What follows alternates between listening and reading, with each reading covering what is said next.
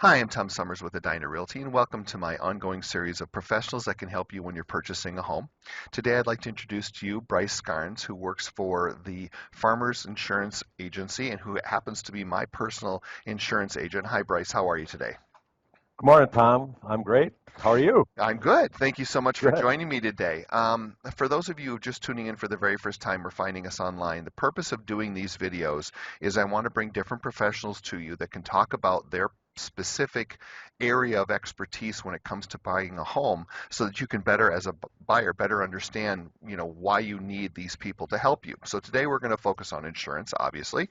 So why don't we start by, Bryce, can you just introduce yourself and tell everyone a little bit about you? Yeah, sure. Thanks, Tom. My name is Bryce Scarns. I own a farmers insurance agency. We provide homeowners insurance, auto insurance, life insurance, all personal lines and business insurance. So, we can generally take care of most of your insurance needs. Wonderful. Okay. So Bryce and I, we do a lot of business together, and we've known each other for, gosh, it's got to be 40 years. I mean, a long time. And We're so, old. yeah, we're old, exactly. And so I just invited him on and said, hey, let's talk about insurance because there are so many people that have questions about insurance that don't understand how it works. And quite honestly, I have to say, I don't really get it either. But that's one of the things that's great about Bryce is he went through and sat down with his daughter, Courtney, and they went through everything in detail. So I at least understood the majority of what I had. So now I know I'm covered correctly. So if you see some of those really funny commercials that farmers do where it says you think you're covered for this, but you're actually covered for that, there is a lot of truth to that, isn't there? There is. It's interesting. I think that there are a lot of variables in purchasing insurance, and we try to focus on what your needs are, what's important to you. So you can have fantastic coverage. You can have, coverages that are most important to you, and take care of the things that you need to have covered. And there's a lot of things that maybe people don't think about when they're insuring their home. There's, the quality of the build. There's different types of structures. If you have additional structures on your property that aren't part of your house, there's sewer and drain coverage for your house. Do you need it? Do you not need it? Some people do, some people don't. But and then just different kinds of considerations for liability coverage. What kind of, I like to use the phrase, you don't have to be a millionaire to be sued like a millionaire. Maybe you need $1 million of coverage, maybe you don't. But those are some of the conversations that I think are important to have, so that you are informed when you're making the decisions about what insurance is important for you. Well, yeah, and I think you bring up a really good point in the respect that you don't have to be a millionaire to be sued like a millionaire because we do live in a sue-happy society, and I think that people would be surprised at how little it costs to get the better coverage when you're looking at being covered versus going that extra, section to make yourself really covered. It's not a lot of money. You're right. That's a great point because you know, particularly, we're here talking about homeowners insurance, but it's all, you know, it's insurance. It's bundled together. There's multi-line discounts, those kinds of things to have all of your insurance in one place. But, you look at state minimum auto coverage, 30,000, 60,000, $30,000 and $60,000 of coverage. That doesn't go very far if you have a bad accident and you need, medical coverage or somebody sues you. It's not going to be for $30,000. It's going to be for $1 million usually, or maybe multi-millions of dollars. But having having $500,000 of coverage versus $30,000 of coverage on your car, the difference in cost is minimal. So it's nice to be able to know that and be able to make those decisions and make the informed decision. Well, and I think after we get through some of this stuff, I'm going to throw a few scenarios at you, what ifs, kind of to give people an understanding of what the insurance actually will cover. But Yep. before we get to that, the first thing I want to talk about is we have people that are looking to purchase homes that are single family homes as well as townhomes and condos. So Right. for those of you that don't know the difference from an insurance standpoint, if you have a single family home, you are looking for a full coverage for your home as far as having it insured against fire and theft and all of that. But if you Right. are looking for a townhome or a condominium, then you don't need that because typically that's in your homeowner's insurance. But what you do need from Bryce would be what they call renter's insurance, for an easy term that people understand, that covers your personal your stuff, and it also covers that binder because most people that have a um, homeowner's policy through their association also have some kind of deductible. So, like if the whole place burned to the ground, every single person who has a home in that condominium each has a little bit of skin in the game that they have to pay for that, deductible. So, Right. could you kind of explain the differences between the two and what exactly they are? Yeah. So with your home policy, you have when you buy a house, a single family dwelling, you have a lot that you own, you have a building that you own, you may have some outbuildings, a detached garage, or a shed in the back that you own. So a homeowner's policy is a little bit broader coverage, I guess, because it covers all of those things. There are sections on your homeowners to take care of those outbuildings or to take care of the whole building inside and out. When you're buying a condominium, it's technically called an HO6 policy for condos, but typically your homeowners association covers the building structure itself, and you're only responsible for the contents of your condo and some of the things that are built into the condo. There's some variables, some minor differences between how condo associations insure their properties. But generally speaking, your condominium insurance is going to be significantly less expensive than your homeowner's coverage because you're only covering your specific condo inside, from inside the walls in. Walls in is what we call it. You're responsible for the inside of your unit, and the association pays for the insurance for the the structures, all of it, whether it's a high rise or whether it's twin homes, side by side units or whatever it is. Those structures are generally covered in the association's insurance policy. To your point before about the condominium association being able to assess uh, major losses to each of the individuals, they generally in the bylaws of the association, they determine that typically maybe $10,000 is a fairly common number. 10,000, it might be $15,000, where if you had a tornado come through and every unit in the complex was taken down, or if you had a fire and it's a high rise and all of the units had damage, the association typically has the right to assess each individual owner up to $10,000 or whatever the limit of your association is, 10,000, 15,000, 20,000. So those are coverages that you want to make sure your individual HO6 condominium policy addresses, so that if you are assessed that, your insurance covers that assessment. So it's important to understand that and get that figure right. So that's something that I always talk to condo buyers about. Make sure you talk to your association and know how much you could be assessed so that we can insure you against that kind of a loss.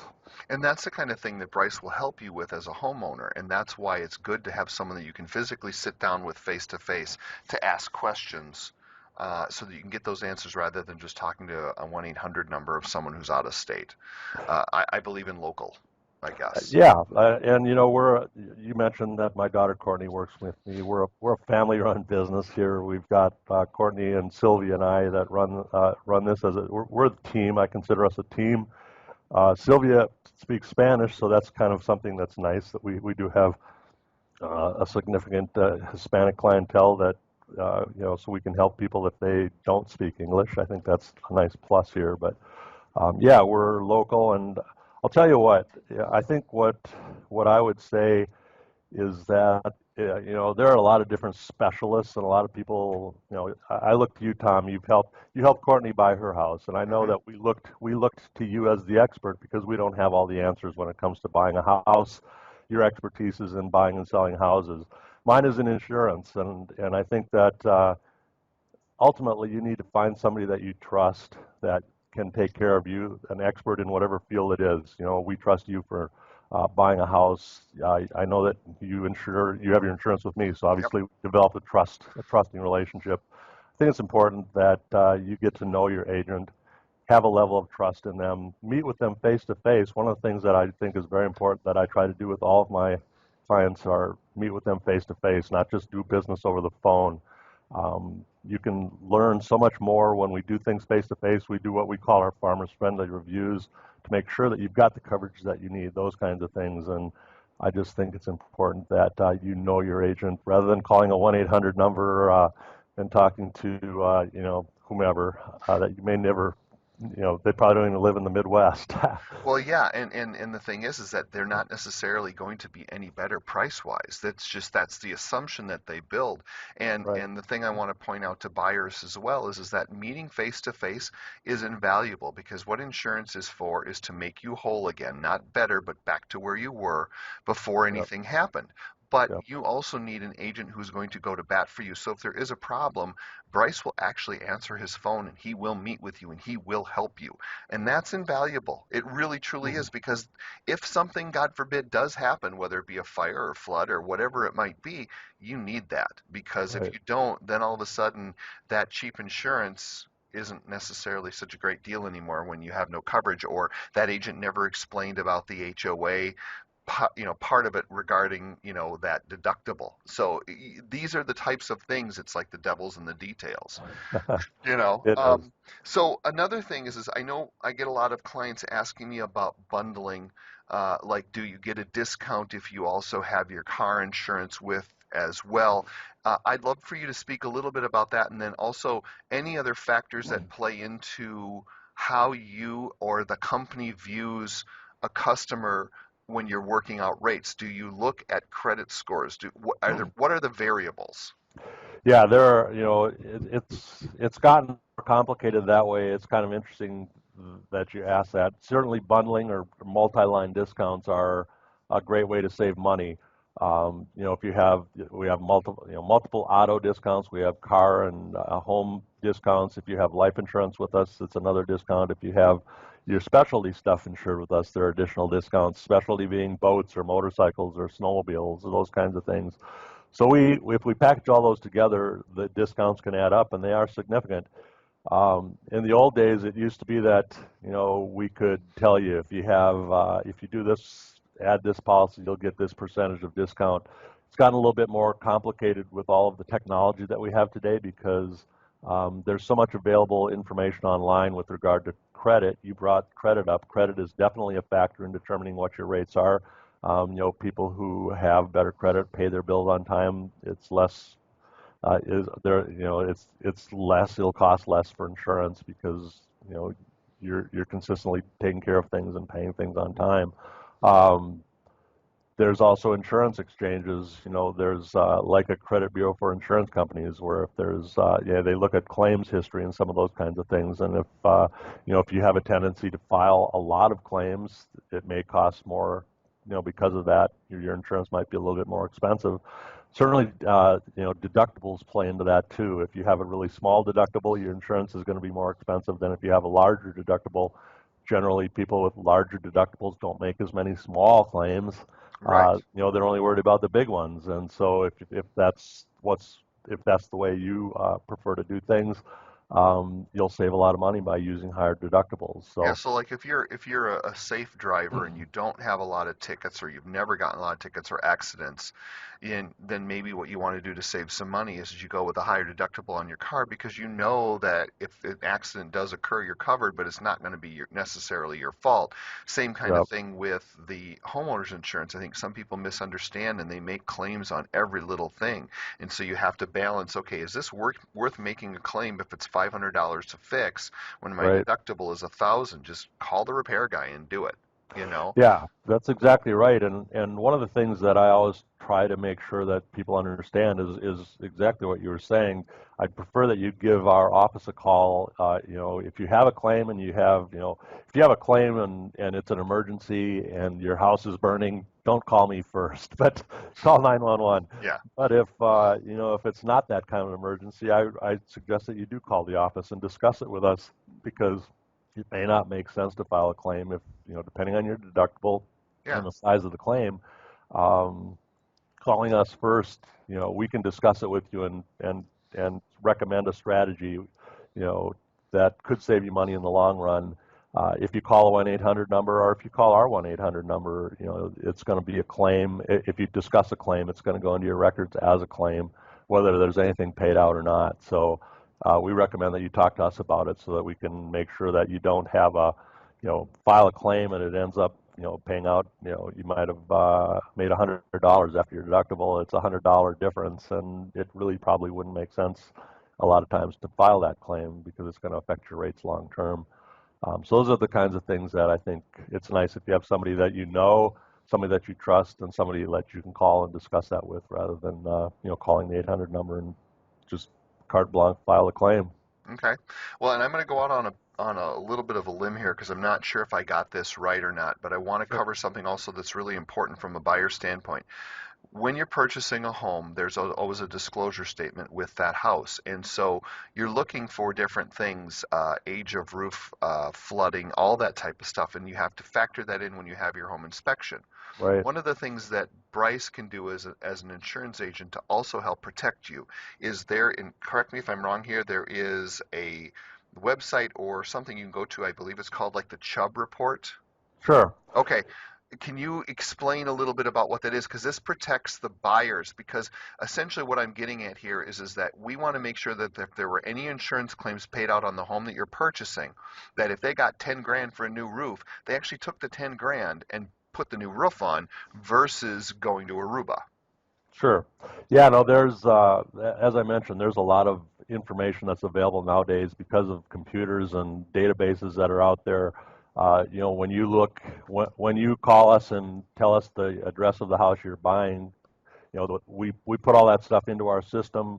It runs a lot of different queries and reports come back, and it'll give us a history of the claims on the house that you're buying. So if there's been a lot of claims on that house, we'll know that. And you may not know that as a buyer, but we can share that information with you.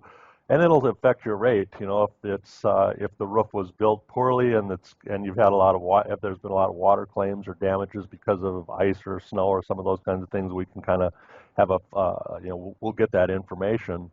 And certainly, we look at the age of a roof, for example, is a great one because at Farmers we give a great discount for newer roofs. And so a house with a brand new roof is going to be significantly less expensive to insure than a house with a 20-year-old roof Right. that's going to need to be replaced. You're going to need to replace it soon, and we know that a 20-year-old roof, the failure rate on a 20-year roof is much, much greater than on a brand new house. So your insurance premium will be reflected in those differences. So then, actually, this is a great point to bring up that when you're putting together your offer on a home and you found the one that you like as you're negotiating or you get it locked in while you're still in your inspection period, it's actually probably very advantageous of you to meet with Bryce right away. Give them the address, give them the background, so not only do you know what your payments or what your cost is going to be for your insurance, but he can Right. find all that information out while you're in that inspection period. So if we find something that differs from what we believe we're being told in that disclosure statement, that gives us a little bit of a leg up to negotiate so that you don't end up having the problems later on. Yeah, I think that's a great point. The sooner you can know the numbers and know the details, the more time you have to deal with those things as you're negotiating your purchase agreement. Um, but yeah, we look at, for example, I think you sent us the name of a buyer that just recently, and I sent them a note saying, the best way to start this would be, give me the real basic information. We can put a quote together and get in the ballpark of what the cost is going to be. But by doing that, you're going to know a lot about the house that you might not have known that we will determine in running our review of the house and determining what the cost is going to be to insure it. All that information comes back, and we can discuss those things. So if we start with a basic, if I have a person's name and birth date and the address of the property that they're buying, I can start a quote and get that basic information in there, get information back about the house, and get a ballpark on what the cost is going to be to insure the house, and then we can sit down and get into more details about what's most important to you when you're insuring your house. What kind of liability coverage do you want? What kind of deductible is best for you? We can talk about the age of the roof because I'll know what that is, and if you're going to need to be replacing the roof soon, budget for that. And if Right. you've budgeted for that, I can tell you, once you put your new roof on, how much you're going to save. It might be 500, it might be $800 a year, Yeah, which can be just because you significant have savings. exactly. So it's good to know those things when you're negotiating a house. Well, and I was paying too much too, and Bryce saved me a significant amount of money. So some of it was due to the fact that he's a great insurance agent, and some of it was due to the fact that I just wasn't very smart and was paying more than I should. So the point is it's worth a review no matter what situation you're in, because you never know where Bryce might be able to put some things together to save you some money, or at least at the very least get you the correct coverage because you might not be insured properly. The next thing I want to move on to, Bryce, because I don't want to Sure. forget to talk about this, is being that there's a difference between buying a condo and a townhome versus a single family home. For those of you listening, if you're buying a condo or a townhome, typically what they'll do is they'll set up an escrow account for you, either way, no matter what you purchase. But you'll Right. have to do 2 to 4 months worth of association dues, 2 to 4 months of your, whatever it might be in that monthly payment for like a townhome or a condo. They do the same thing with a single family home, but the one difference is because you have to buy a full home insurance package for yourself for the new home you're moving in, they typically require a binder ahead of time at closing saying that you have a Right. year's worth of insurance paid, because when they start to collect your first month's payment, that is actually going into an escrow account to be paid the following year. So Right. what can you tell people about the insurance binder process to get Yeah. that? So again, it's part of the whole process when you're buying a house. There's a lot of facets to that. Certainly, putting a purchase agreement together and buying it and working with a mortgage lender. We work with a lot of different mortgage lenders and have a lot of expertise in doing that. We can make it pretty simple. So if we know who you're working with, we can put a binder together. What a binder is it's proof that you have insurance.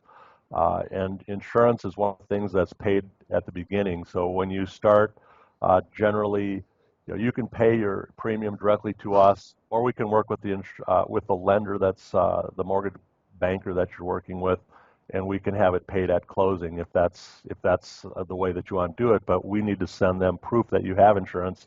They're not going to give you the keys to your new house until they know that you have it insured. And so it's something that you want to work out ahead of time, certainly, and have that binder ready to go for your closing.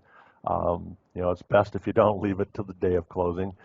We've had situations where people have done that, and we've worked hard to get that binder to them. But we definitely recommend that you get that process started as soon as you find a house and write a purchase agreement on it. Well, yeah, and see, and that's the thing that concerns me because I've been in situations before where the agent who is representing the buyer never bothers to tell the buyer that they need this insurance. We get up to the day of closing, we got a problem. So Right. part of hiring a real estate agent as part of your team is I'm the orchestrator, whether I'm listing a house and selling it for you or I'm helping you buy, and it's my job to make sure you have your move-in instructions when you're closing, to put you in contact with Bryce so you have your homeowner's insurance, get you set up with your title company in closing, so all that's done, and then work hand in hand with the loan officer to make sure that they get their information and can do their job. So these all Right. kind of tie together. So when you're purchasing a home, the thing I want to try to really accentuate or express to people is there's a process to everything. And for every home that sells, another one pops up in its place. The worst thing you can do is to find a house first, and then after you find the house, start worrying about everybody else. Just because you Right. contact Bryce doesn't mean that you have to do anything with him yet. It just means that, okay, I've established a relationship with an insurance agent, so I've got that taken care of. I've established a relationship with an agent or a mortgage broker, whomever you need, so that when you do find the house, you have all of your people in line and ready to go, and you can send everyone all the information. They can work on your behalf to make sure Right. that that clothing is real smooth. Yeah, it's good to work with people who understand the process. I know, Tom, you do. I know that we understand that process. We've worked with a lot of different mortgage people, and so everything has to come together. Your point that you orchestrate things is a good way to look at it. You're helping to try and coordinate all of us to get all of our jobs done so that we're done for closing.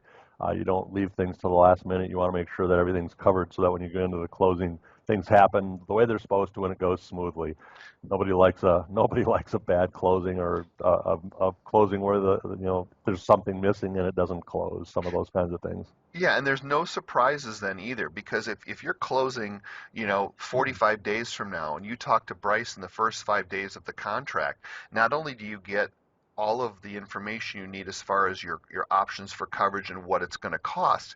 You also get all that information regarding the roof and some of the other claims that may or may not have been made on the home. So you've got that for your inspection. Plus, two, Right. then there's no surprises. So you know how much you need for your binder. You know how much that insurance is going to add to your monthly payment. Because again, no one likes surprises. So it Right. seems like people that wait to the last minute to do a lot of this stuff are the ones who end up really kind of getting taken advantage of because they go to whoever can throw them some kind of a policy, and inevitably you always end up paying more than you have to.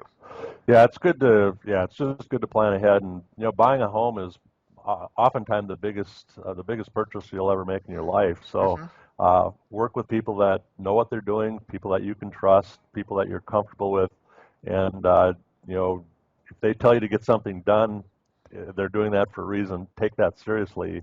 Um, I've uh, I've read some interesting articles about the whole process, and from a money magazine kind of a standpoint, one of the best pieces of advice that I recall reading in that magazine was that the process is fairly complex. You don't always understand everything that you're being asked to do, but if somebody if your realtor or your mortgage banker or your insurance person asks you for something, there's a reason for it. Get it to them as soon as you can so that things go smoothly. We'll explain to you why we're doing it along the way, but there's a lot of things that need to happen in order to get a purchase put together. Setting up your escrows with your mortgage person and finding out what your premium is going to be for insurance and getting the right kinds of coverage and knowing a little bit about the house that you're buying with regard to the details about the roof and about different claims that have happened to that house over the years and some of the history of it. There's a lot to consider, and it's a big deal. So find somebody that you like to work with, somebody that you trust, and uh, and take their advice and get it done. That kind of thing. Yeah, that's well said. And essentially, what it comes down to is the people that prepare early end up having a really good experience purchasing a home, and everything is smooth for the most part. I mean, you're always going to have problems. There's always going to be issues, but there's a solution for every problem. You just have to have the time to think it through. Whereas the people who kind of do everything fly by the hip last minute are the ones who end up having huge problems.